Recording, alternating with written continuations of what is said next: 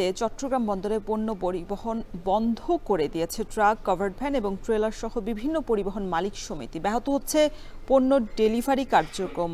এ বিষয়ে আরো বিস্তারিত জানাতে আমাদের সাথে বন্দর থেকে যুক্ত হয়েছেন সহকর্মী হাজিরা শিউলি।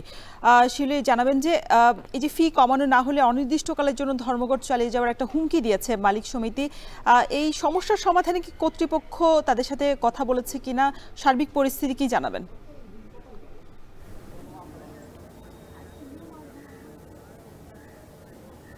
রওশন, এখন পর্যন্ত কোনো ধরনের আলোচনার খবর আমরা পাইনি। তবে মালিক সমিতির নেতৃবৃন্দ তারা নিজেরাই বিভিন্ন বৈঠকে বা সভা করছে এবং এর আগে গত 3 দিন আগে কিন্তু প্রাইম মুভার এবং টেইলার অ্যাসোসিয়েশন, যেগুলো হচ্ছে কন্টেনার নিয়ে যায় চট্টগ্রাম বন্দর থেকে বিভিন্ন শিল্প কারখানার মালিকের প্রাঙ্গণে এবং ডিপোতে, তারা কিন্তু 3 দিন আগ থেকেই তাদের গাড়িগুলো বন্ধ রেখেছিল এবং আজ থেকে যুক্ত হয়েছে এর সাথে ট্রাক, কাভার্ড ভ্যান সহ অন্যান্য যানবাহন। অর্থাৎ সব পরিবহন মালিক সমিতি একযোগে আজ থেকে আসলে তাদের গাড়িগুলো বন্দরে প্রবেশ বন্ধ রেখেছে এবং তারা বন্দর থেকে কোনো ধরনের পণ্য ডেলিভারি নিচ্ছে না এবং রফতানি পণ্য নিয়েও তারা বন্দরে প্রবেশ করছে না।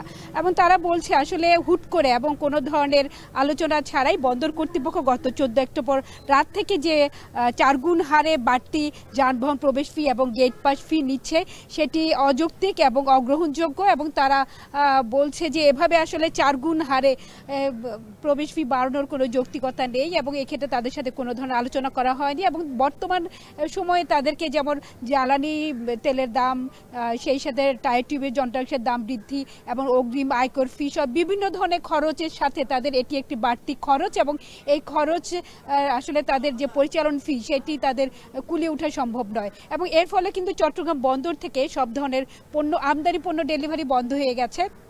তবে ডিপো থেকে কিছু কিছু গাড়ি রফতানি পণ্য নিয়ে ঢুকছে বলে আমরা জানতে পেরেছি, তবে সেটি নিশ্চিত নয়। সেক্ষেত্রে কিন্তু বন্দরের কার্যক্রমে বলা যায় মারাত্মক অচল অবস্থা। যদিও জাহাজ থেকে পণ্য ওঠানামা করছে, তবে যে কন্টেনারগুলো বা পণ্যগুলো জাহাজ থেকে খালাস হচ্ছে সেগুলো কিন্তু ডেলিভারি হচ্ছে না।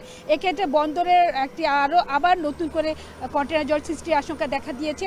বর্তমানে চট্টগ্রাম বন্দরে প্রায় 43,000 টিএস কন্টেনার রয়েছে।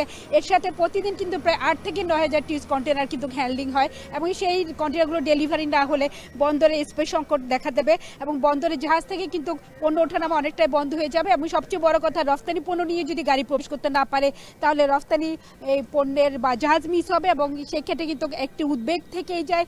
নতুন করে আবার বায়ারদের সাথে তাদের কন্ট্যাক্ট করতে হয় এবং পোশাক শিল্পে কিন্তু একটি লিড টাইম থাকে এবং নির্দিষ্ট সময়ের মধ্যে তাদেরকে পণ্য রফতানি করতে হয়, না হলে কিন্তু অনেক সময় তাদের অর্ডার ক্যান্সেল বা নানা ধরনের দাম কমিয়ে দেওয়ার বা কম দামে পণ্য বিক্রির একটি ঝুঁকি থাকে। তো সব মিলিয়ে বলে যে আসলে এটি সমাধান হওয়া খুবই জরুরি। যত সময় গড়াবে ততই কিন্তু ক্ষয়ক্ষতির পরিমাণ বাড়বে। তো এই ছিল আমার কাছে এখনকার মতো চট্টগ্রাম বন্দরে পণ্য পরিবহন বন্ধের সবশেষ।